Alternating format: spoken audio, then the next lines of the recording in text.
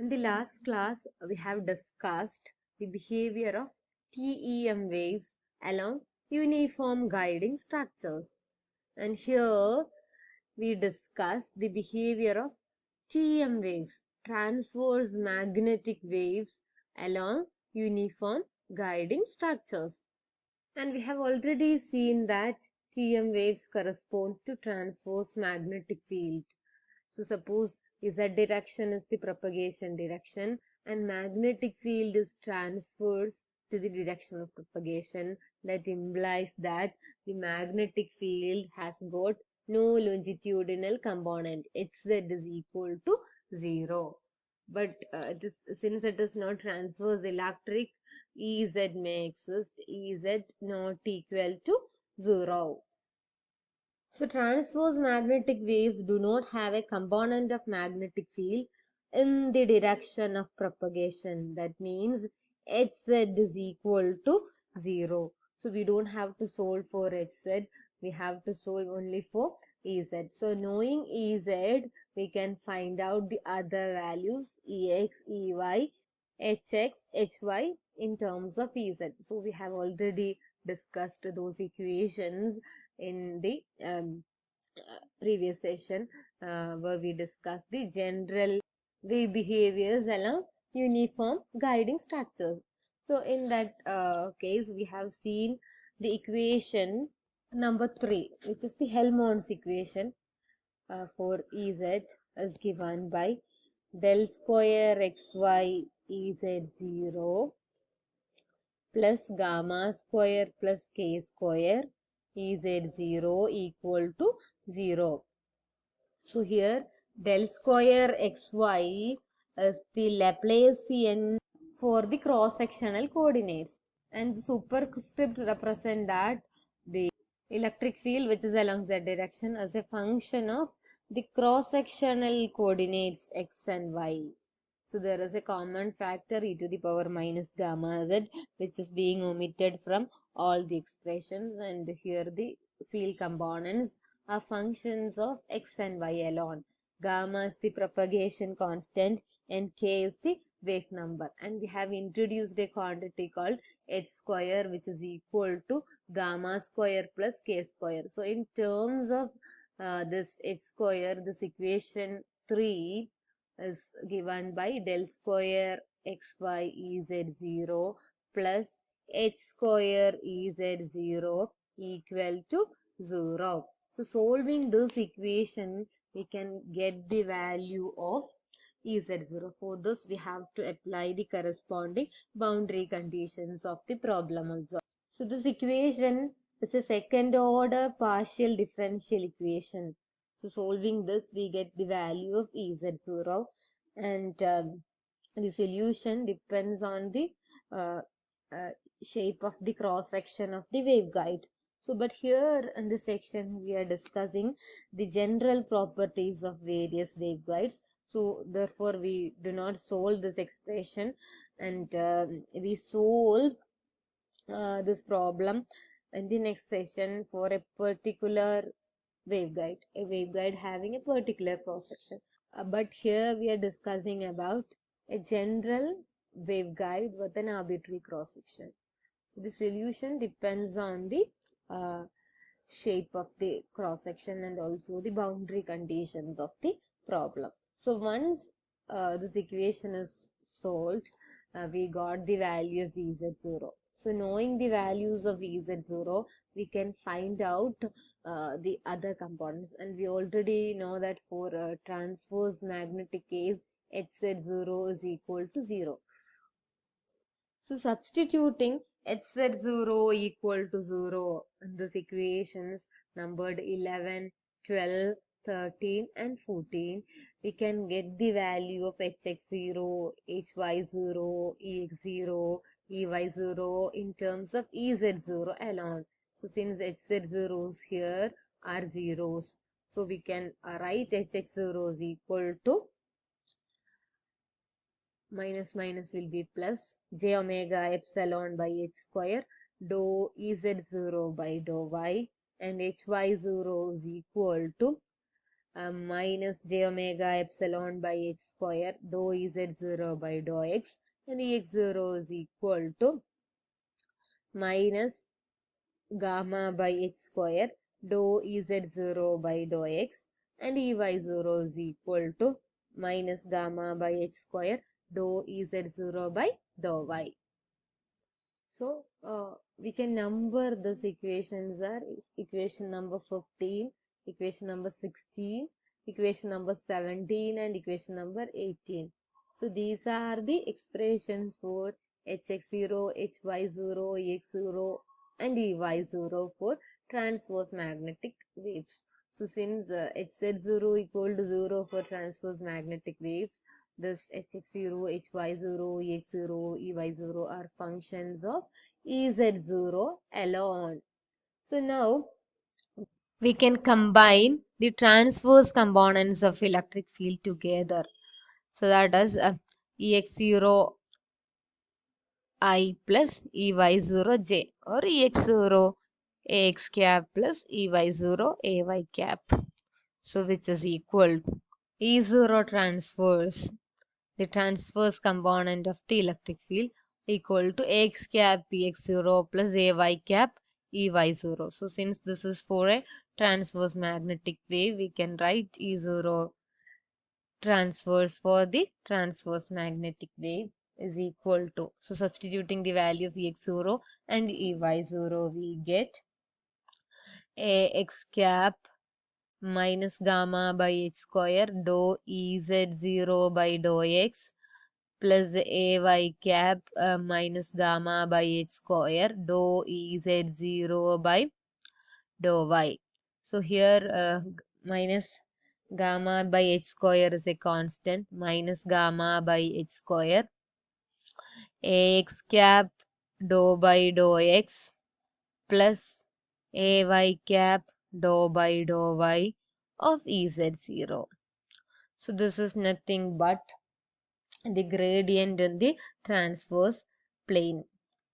So we can write this as minus gamma by h square, gradient in the transverse plane. So transverse means in the xy plane. So there is no z component. So this is the not the total gradient. This is the gradient along the transverse plane. I dou by dou x plus j dou by dou y. And here I is represented as x cap and j is represented as ay cap. So gradient in the transverse plane of Ez0. So E0 transverse of the transverse magnetic wave is equal to minus gamma by h square, gradient in the transverse plane of Ez0. So this is a concise equation for finding Ex0 and Ey0 in terms of Ez0. Okay. So the x component of this transverse electric field gives Ex0 and the y component gives the Ay0. Now we can define the wave impedance for TM mode. So analogous to the wave impedance for TEM mode, there is a wave impedance for TM mode also, which is equal to Ex0 by Hy0. Or we can write it as minus Ey0 by Hx0. So if they are in cyclic, there is a positive sign. If they are not in cyclic, there is a negative sign over here. Hence, from the equations 17 and 16, Ex0 by Hy0 can be written as gamma divided by j omega epsilon. So the other terms will get cancelled. And also from equations 18 and 15, we will get the value of the wave impedance ZTM, the same value, gamma divided by j omega epsilon. So this is equal to gamma divided by j omega epsilon. But in the case of TEM, we have seen that ZTEM is equal to gamma by j omega epsilon, which is also equal to j omega mu by gamma. But here this is not equal to j omega mu by gamma, since the gamma for the Tm mode is not equal to j omega root mu epsilon. For TEM, it's equal to j omega root mu epsilon. So substituting, we got the value equal to j omega mu by gamma. But here, this ZTM is equal to gamma Tm by j omega epsilon, and it is not equal to j omega mu by gamma. And also we can see that H is equal to H vector is equal to 1 over ZTM AZ cross E. So when the electric field is along X direction, then the magnetic field is along Y direction. When the electric field is along Y direction, then the magnetic field is along negative X direction as shown here. Even though the wave impedance is different compared to the transverse electromagnetic wave, this expression is of the same form as that of the transverse electromagnetic waves. Now, when we solve the two-dimensional homogeneous Helmholtz equation, which is given by equation number 3, del square xy is at 0 plus gamma square plus k square is at 0 equal to 0, which can be also written as del square xy is at 0 plus h square is at 0 equal to 0 for a transverse magnetic wave subject to the boundary conditions of the given waveguide. We can see that the solutions are possible only for certain discrete values of h. So for all values of h, this equation is solvable. This equation is solvable only for particular discrete values of h. So these values of h for which the solution exists or the equation is solvable is called the characteristic values or eigenvalues of the boundary value problem. There may be an infinite number of these discrete values, but the solutions are not possible for all values of h. But only certain particular values of h ന് മാത്രമേ നമുക്കിത് solve ചെയ്യാൻ പറ്റൂ. പക്ഷെ അങ്ങനെയുള്ള discrete values infinite number ഉണ്ടായേക്കാം. പക്ഷെ എന്നാലും എല്ലാ h വാല്യൂസിനും ഇത് സോൾവബിൾ അല്ല. So there are these equations are solvable for some particular values of h. So there may be infinite solutions also depending on the value of h, but it is not solvable for all values of h. So each of the eigenvalue determines the characteristic property of the particular Tm mode of the given waveguide. So now in the next session we can see that the eigenvalues of the various waveguide problems are real numbers. So eigenvalues can take only real values, and we know that h square is equal to gamma square plus k square, and therefore gamma square is equal to h square minus k square, and the propagation constant gamma can be written in terms of h as gamma is equal to root of h square minus k square. We know that k is equal to omega root mu epsilon, the wave number. Therefore, substituting the value of k square, which is equal to omega square mu epsilon over here, we get the propagation constant gamma as root of h square minus omega square mu epsilon. From this equation, we can see that there are two distinct ranges of values for gamma. When h square greater than omega square mu epsilon, gamma is real. When h square is less than omega square mu epsilon, then this root of negative value gamma is imaginary. So the separation between them, the dividing point is gamma equal to 0. So at that point, gamma equal to 0 and therefore h square minus omega square mu epsilon equal to 0. So omega square mu epsilon is equal to h square when gamma equal to 0.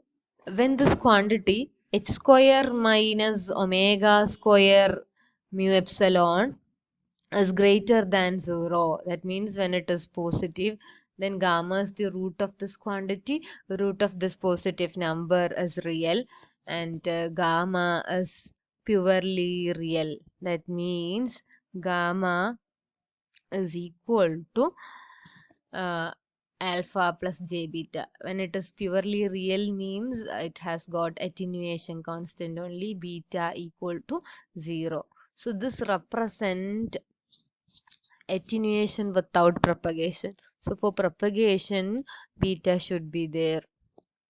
So this does not correspond to a propagating wave. So when h square minus omega square mu epsilon is less than 0, when less than 0 means it is negative, and gamma is root of this negative quantity.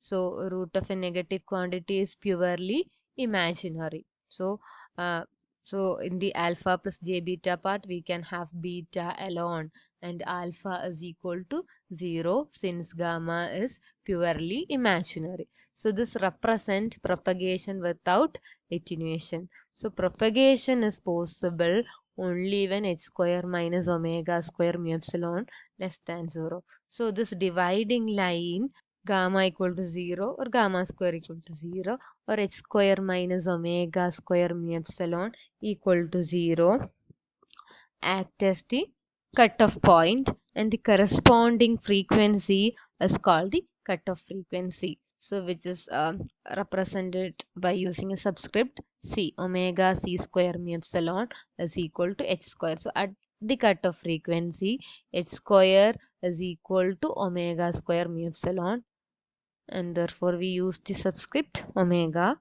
c square. So therefore omega c square is equal to h square by mu epsilon, and therefore omega c, the cutoff angular frequency, is equal to h by root of mu epsilon, and the corresponding frequency is equal to omega c by 2 pi, which is equal to h by 2 pi root mu epsilon. So this frequency Fc, at which the propagation constant gamma equal to 0, is called the cutoff frequency. And we can see that the cutoff frequency Fc depends on the value of h. So the cutoff frequency of a particular mode in a waveguide depends on the eigenvalue h of the mode. So here h is the eigenvalue, and therefore Fc, the cutoff frequency of a particular mode in a waveguide, depends on the eigenvalue of the mode. And we know that the propagation constant is root of h square minus k square, or root of h square minus omega square mu epsilon. So this mu epsilon can be written in terms of the cutoff frequency. So from this equation we can see that squaring both sides, fc square is equal to h square by 4 pi square mu epsilon, and therefore mu epsilon is equal to h square by 4 pi square fc square. So substituting its value over here, we get root of h square minus omega square into h square 4 pi square fc square, but omega is equal to 2 pi f. F is the frequency and Fc is the cutoff frequency. So omega square is 4 pi square F square. So in terms of F, we can write root of H square minus 4 pi square F square H square by 4 pi square Fc square. So this 4 pi square will cancel, and H square is a common factor, and therefore we can write h square into 1 minus f square by fc square. And here we can take h out of the root. Root of h square is h into root of 1 minus f divided by fc whole square. So we know that f divided by fc can be written as multiplying by 2 pi on the numerator and denominator. We can also write 2 pi f by 2 pi fc. So omega by omega c. So therefore this equation can be also written as h into root of 1 minus omega divided by omega c square. So this is the propagation constant in terms of angular frequency and cutoff angular frequency. So similarly, we can write gamma is equal to h into root of 1 minus f by fc square. This is the expression for gamma in terms of f frequency f and cutoff frequency f. So from this expression, we can see that when the frequency of the transverse magnetic wave, TM wave, f is equal to the cutoff frequency, this ratio is equal to 1, and 1 minus 1 is 0. So h into this root 0, 0, gamma equal to 0. So when the frequency is equal to cutoff frequency, the propagation constant is 0. And based on the value of frequency, we can have two ranges of values for gamma. Out of this, we can discuss the first case when f by fc is greater than 1. Then f by fc whole square, which is the square of this, will be also greater than 1. So this implies that f is greater than fc. The frequency of the wave is greater than the cutoff frequency. So when this happens, f by fc whole square is greater than 1, and therefore this quantity as 1 minus a quantity greater than 1. So will be negative. The root of a negative quantity is purely imaginary, and gamma will be purely imaginary. So at this point, gamma, which can be also written as root of h square minus omega square mu epsilon, is purely imaginary, means this quantity is negative. H square minus omega square epsilon is negative. That is, omega square mu epsilon is greater than h square. So therefore gamma is purely imaginary, and therefore it can be written as j beta alpha equal to 0. Gamma, which is alpha plus j beta, when it is purely imaginary, this term goes to 0. Or we can say that when f greater than fc, that means f greater than h by 2 pi root mu epsilon. So taking 2 pi towards left, 2 pi f greater than h by root mu epsilon. So 2 pi f is omega. Omega is greater than h by root mu epsilon, or omega root mu epsilon is greater than h, or squaring omega square mu epsilon is greater than h square. So this is the same relation like this. So f greater than fc is equivalent to omega square mu epsilon greater than h square. So and we know that this omega square mu epsilon is k square. So this can be also written as k square greater than h square. So at this point, gamma, which is equal to root of h square minus k square, can be written as, so since k square is greater than h square, this is a negative quantity, and root of negative quantity is an imaginary number. Taking negative as a common factor from this, then k square minus h square is positive, and root of minus 1 is j. So j into root of k square minus h square. So now taking k square as a common factor from this, j into k square into 1 minus h square by k square. So we get j root of k square is k, into root of 1 minus h square by k square. So since k square is greater than h square, then h square divided by k square is less than 1. 1 minus a quantity less than 1 is less than 1, and it is positive, and root of this is positive. This is real, but it is multiplied by a purely imaginary quantity, and therefore this is completely imaginary. And also we know that Fc is equal to h by 2 pi root mu epsilon. That means multiplying the numerator and denominator with f, we get Fc is equal to h into f into 2 pi f into root mu epsilon.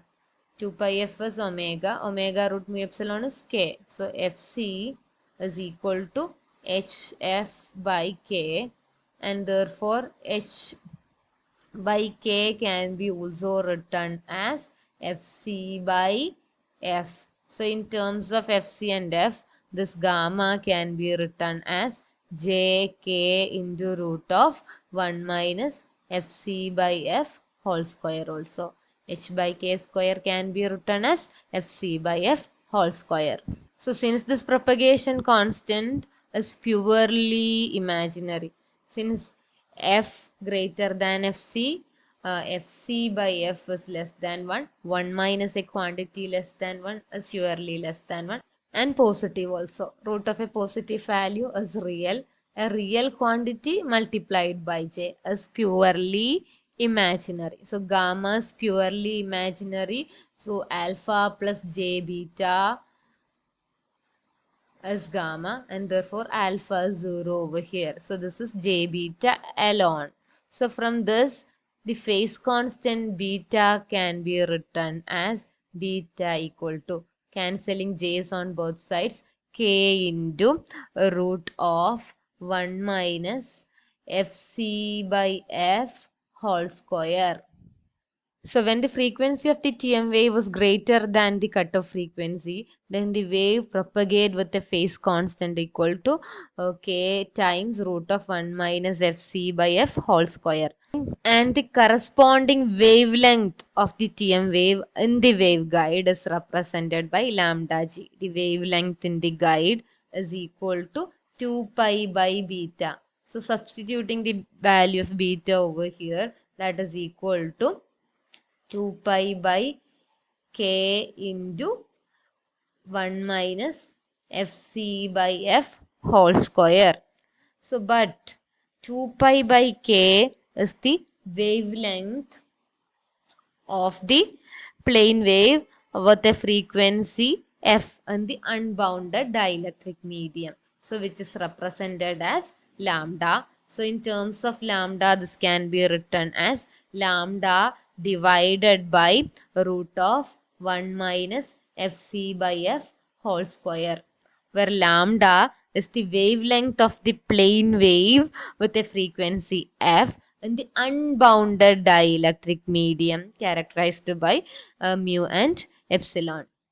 And lambda g is the wavelength of the wave in the waveguide. So from this we can see that lambda g is lambda divided by root of 1 minus fc by f whole square. And the propagation is possible only when f greater than fc. So when f greater than fc, fc by f is less than 1. So 1 minus a quantity less than 1 is less than 1, and also it is positive. So root of a quantity less than 1 is also less than 1. So the denominator is less than 1. So lambda divided by a quantity less than 1 is clearly greater than lambda. So lambda g, the wavelength of the wave in the guide, is greater than the wavelength of the wave of same frequency in the unbounded dielectric medium. So here lambda is 2 pi by k, that is lambda is 2 pi by omega root mu epsilon. So omega is 2 pi f, 2 pi divided by 2 pi f into root of mu epsilon. 2 pi get cancels, and it is 1 by f root mu epsilon. So, but we know that 1 over root mu epsilon is the velocity of light in that medium, u. In terms of u, lambda can be written as u by f. And this relation is already known. Lambda into frequency is equal to the velocity of the wave in the unbounded medium. That is lambda into f is equal to u.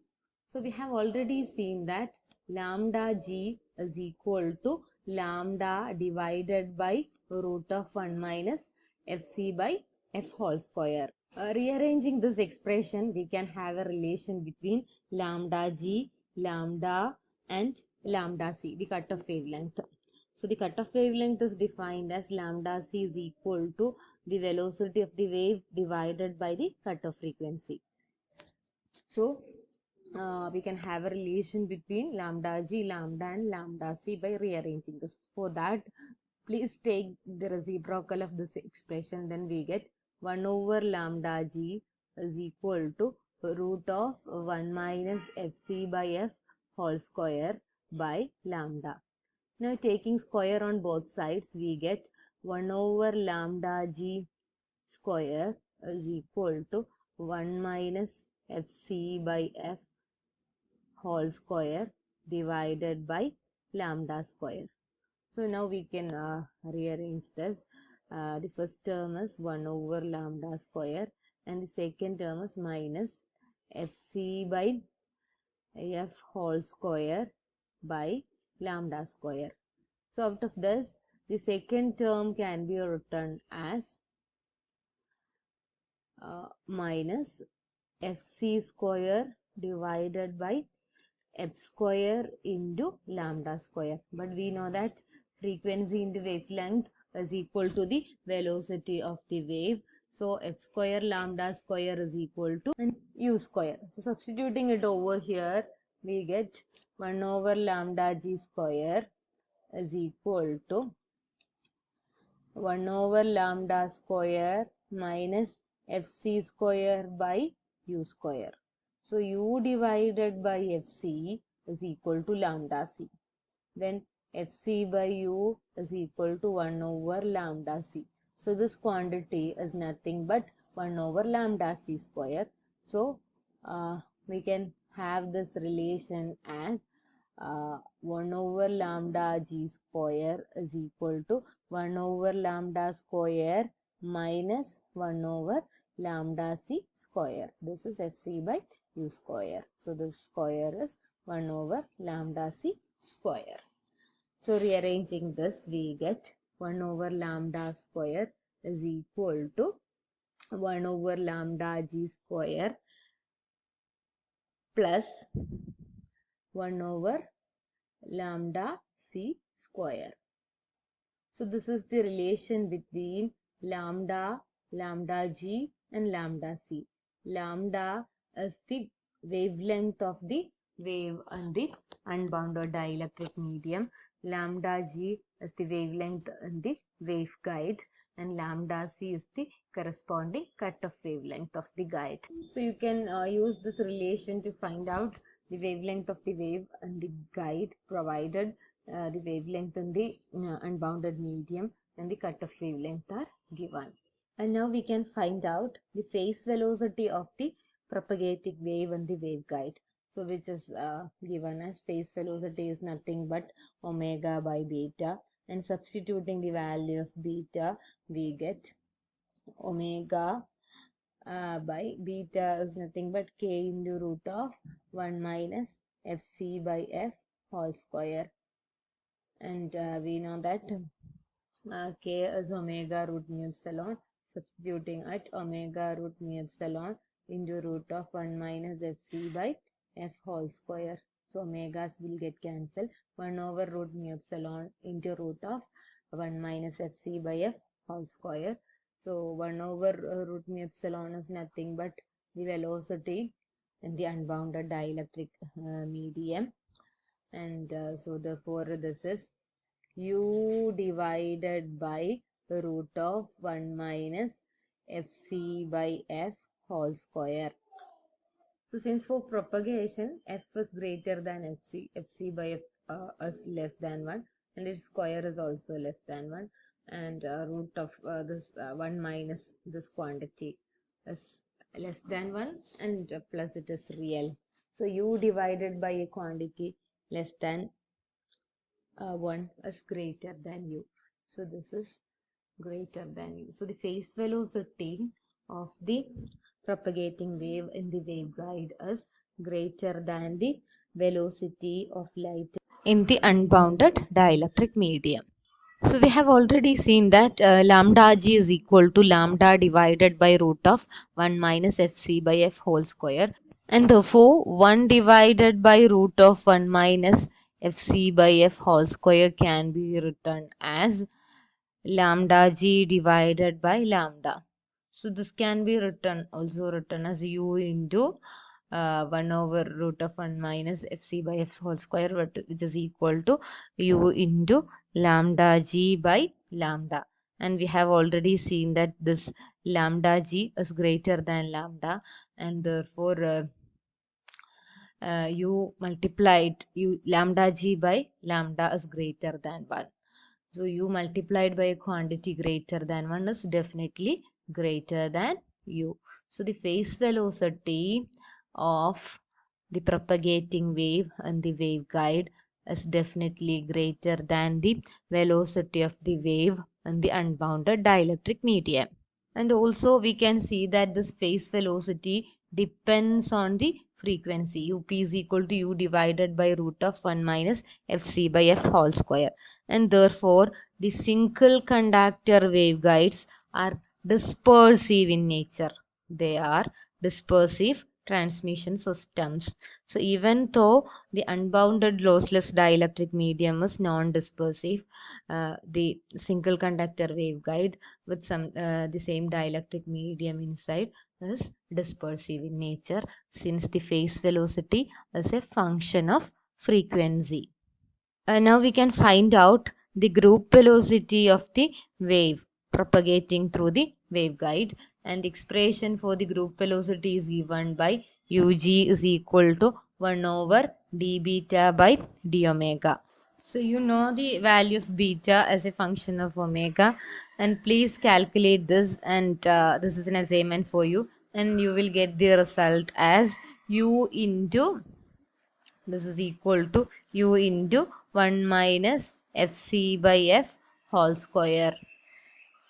So 1 over root 1 minus fc by f whole square is equal to lambda g by lambda, and therefore this one root of 1 minus fc by f whole square is equal to the reciprocal of this u into lambda by lambda g. So since lambda g is greater than lambda, so this quantity lambda by lambda g is less than 1. So u multiplied by a quantity less than 1 is certainly less than u. So the group velocity is less than u, and the product of phase velocity and group velocity, which is up into ug, that is equal to up is u divided by root of 1 minus fc by f whole square, and ug is u multiplied by root of 1 minus fc by f whole square. So those two quantities cancel. Up into ug is equal to u square. So ug is u square by up, or up is u square by ug. So this is the relation between the phase velocity and group velocity and the waveguide. The dielectric medium in the waveguide is air, then the corresponding velocity of light in air u is equal to c for air dielectric, and up into ug equal to c square. So this is the relation between up and ug in a waveguide with air dielectric, or in a waveguide with the air as the dielectric medium in between. Now we have already seen that this wave impedance for TM mode is given by ZTM is equal to gamma divided by j omega epsilon. So substituting the value of gamma here. So gamma for a TM mode is found to be j k root of 1 minus fc by f whole square, or jk root of 1 minus h by k whole square. You can use either of this expression, and substituting it over here we get j k is omega root mu epsilon into root of 1 minus fc by f whole square divided by j omega epsilon. So this j omegas cancel, and root epsilon cancels, and there is a root epsilon in the denominator, and the result is root of mu by epsilon into root of 1 minus fc by f whole square. But root mu by epsilon is nothing but the intrinsic impedance of the medium. So Ztm is equal to eta into 1 minus fc by f whole square. So this is the expression for the wave impedance when f greater than fc. So when f less than fc, the expression is different. Since here f is greater than fc, fc by f is less than 1. So 1 minus, and its square is also less than 1. 1 minus a quantity less than 1 is positive, and also it is less than 1, and root of that is real. Eta, which is already real, which is equal to root of mu by epsilon multiplied by this real quantity is real. So the Ztm is purely real. So impedance is purely real means it is purely resistive. So Z can be written as R plus Jx. The real part corresponds to the resistive part, and the imaginary part corresponds to the a reactive part. So this is resistance and this is reactance. So Z is real means it is purely resistive. So when F greater than F, then only there is a wave propagation. We will see that when F is less than Fc, there is no propagation. There will be attenuation only. So we can say that the wave impedance of the propagating TM mode. Propagating TM mode means F greater than Fc. F less than Fc does not correspond to a propagating TM mode. So the wave impedance of the propagating TM mode in a waveguide with a lossless dielectric. So if the dielectric medium is lossless, eta is real. If it is lossy, eta also will be complex. So if the dielectric medium is lossless, eta is real, and this quantity is also real, and Z is real. So we can say that the wave impedance of the propagating TM mode in a waveguide with a lossless dielectric is purely resistive, and its value is always less than the intrinsic impedance of the dielectric medium. So eta multiplied by a quantity less than 1 is definitely less than eta. And therefore we can say that the wave impedance of the propagating TM mode in a waveguide with a lossless dielectric in between is purely resistive, and its value is less than the intrinsic impedance of the medium. So the variation of ZTEM versus F divided by FC is plotted in this figure. So when F greater than FC, F by FC is greater than 1. So in such cases only there will be propagation. And ZTM is equal to eta into root of 1 minus Fc by F whole square. So when frequency increases, Fc by F decreases, and ZTM tends to eta at F is equal to infinity. So it asymptotically touches the y equal to 1, that ZTM by eta equal to 1, ZTM equal to eta for high frequencies. So for f equal to fc, the cutoff frequency, this ZTM is 0. So above cutoff frequency, ZTM varies from 0 to eta. Now we discuss the second case. That means f is less than fc. The frequency of the wave is less than the cutoff frequency. That means f divided by fc is less than 1, and the square f by fc whole square is also less than 1. So gamma, the which is given by the general expression for gamma is given by h into root of 1 minus f by fc whole square. So when f is less than fc, this f by fc square is less than 1. 1 minus a quantity less than 1 is positive, and root of this positive quantity is real.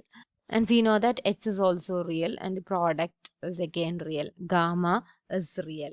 So we know that gamma can be written as alpha plus j beta. Alpha is the real part and beta is the imaginary part. So when gamma is purely real, beta equal to 0. The propagation constant beta equal to 0, and the attenuation constant alpha only exists. So that means gamma is equal to alpha itself. There is no beta over here. So the propagation constant is equal to the attenuation constant itself, and we know that all the field quantities will contain a term e to the power minus gamma z, that is equal to e to the power minus alpha z. So this represents an attenuating wave.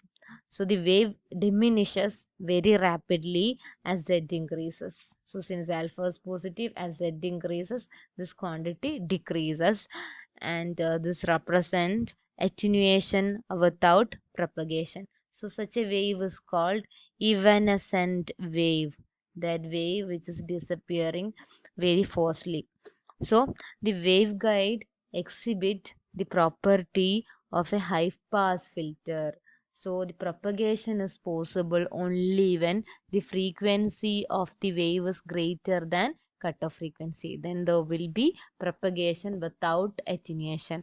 When the frequency is less than cutoff frequency, there is no propagation. Since there is no propagation constant, there is only attenuation constant alpha. So this represents attenuation without propagation, and the wave diminishes very rapidly, and the wave is called an evanescent wave. And we can see that only waves with a frequency greater than the cutoff frequency can propagate through the waveguide. So for a given mode, the cutoff frequency is different. For a given mode, only waves with a frequency greater than the cutoff frequency of that mode can propagate through the waveguide. Now we can find out the wave impedance of the TM mode when the frequency is less than the cutoff frequency. So we know that ZTM is equal to gamma divided by j omega epsilon. And substituting the value of gamma over here, we can get h into root of 1 minus f divided by fc whole square divided by j omega epsilon. So this j will go to the numerator. 1 over j is minus j. So minus j h by omega epsilon into root of 1 minus f by fc whole square. So this z is purely imaginary. So that means the impedance is reactive in nature. So we know that impedance is resistance plus j times reactance. So there is reactance only. So the wave impedance of the evanescent mode, this is called evanescent since for f less than fc there is no propagation, there is only attenuation. So it is also called evanescent TM mode. So the wave impedance of the evanescent TM mode is purely reactive. So since it has got only imaginary part, it's purely reactive. So this represent a reactance. So this also indicates that there is no power flow associated with evanescent wave. So power flow will be there if there is a resistive part. So the resistance I square R will give the power. So if R equal to 0, the corresponding power flow is also 0.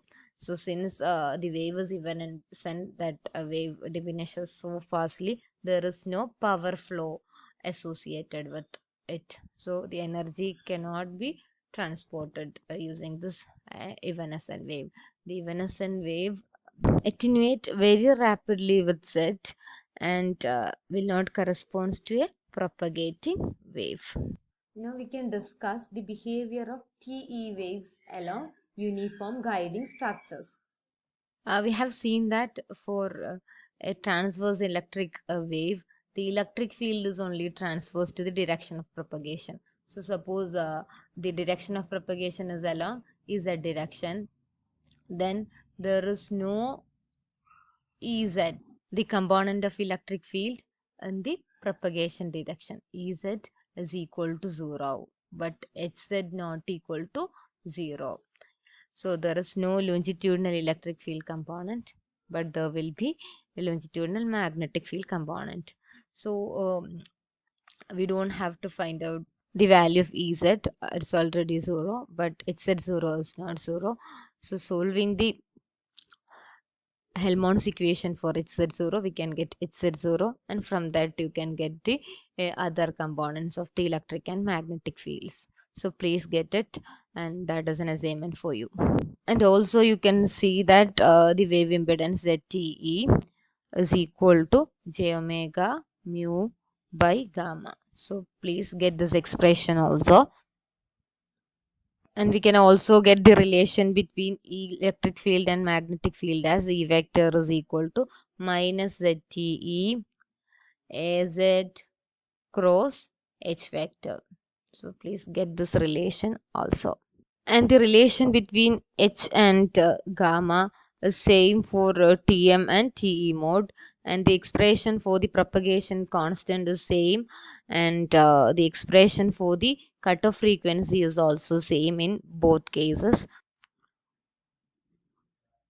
And also this relations hold for TE waves also, and we can see that this is also true for TE waves, and the expression for lambda g is also same, and the relation 1 over lambda g square is 1 over lambda square minus 1 over lambda c square is also true for TE waves, and the expression for phase velocity is also same,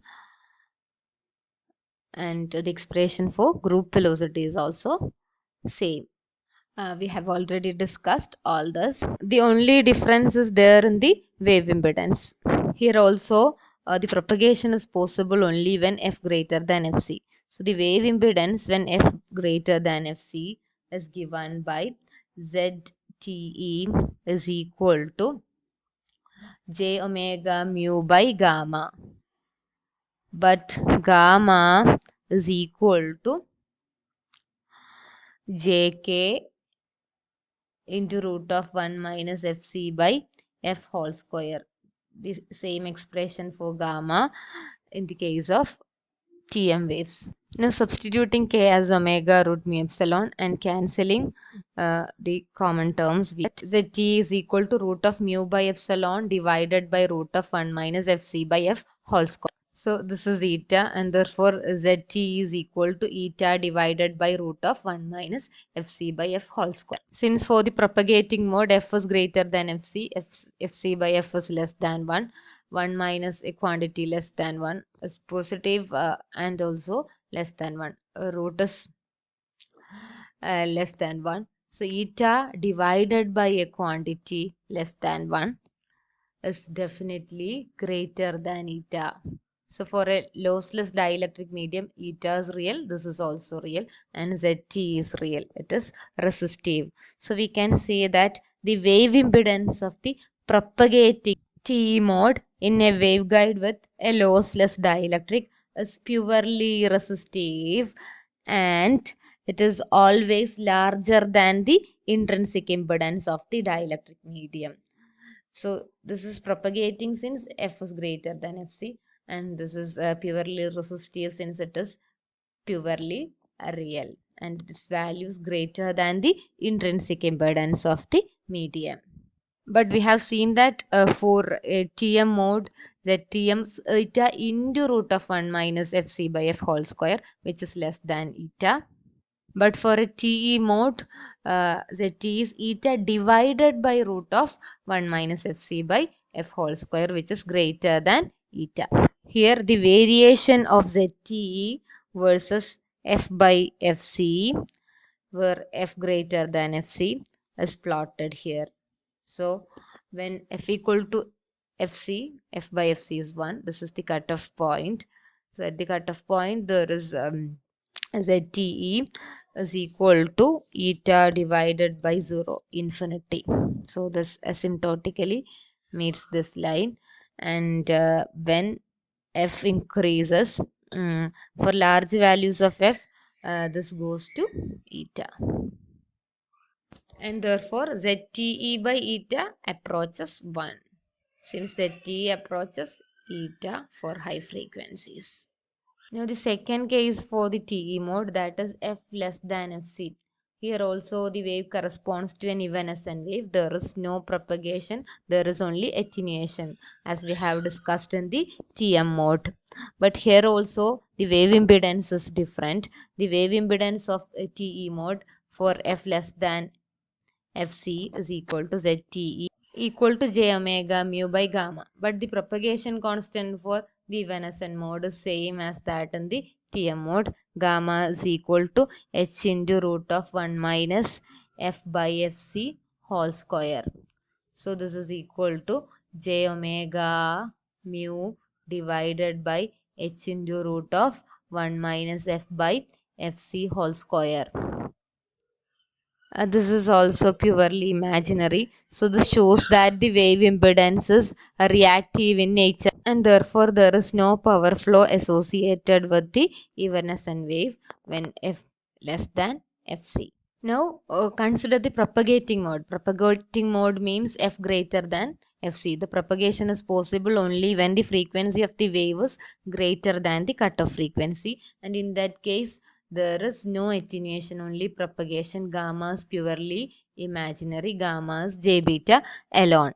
And we can plot the variation of beta versus frequency. So this gives the characteristics of a wave along the waveguide. So this figure shows the omega beta diagram of a waveguide. Here the dashed line through this origin represent the omega beta relationship for a transverse electromagnetic mode. So it has got a constant slope, so that slope represent the velocity omega by beta, which is equal to 1 over root mu epsilon. So which is same as that of the velocity of light in the unbounded dielectric medium.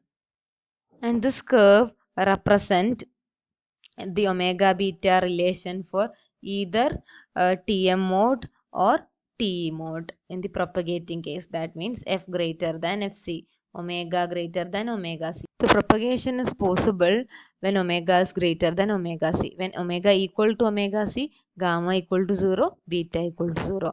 And when omega greater than omega c, beta increases like this. So this curve intersect the omega axis at omega equal to omega c.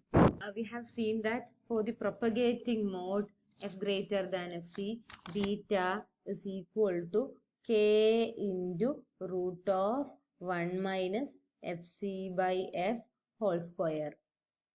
So that is omega root mu epsilon into root of 1 minus Fc by F whole square.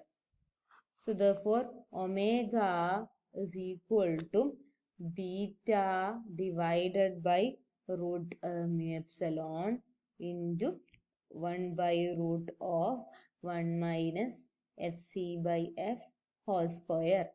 So, but 1 by root mu epsilon is nothing but the velocity u. So, beta u divided by root of 1 minus fc by f whole square.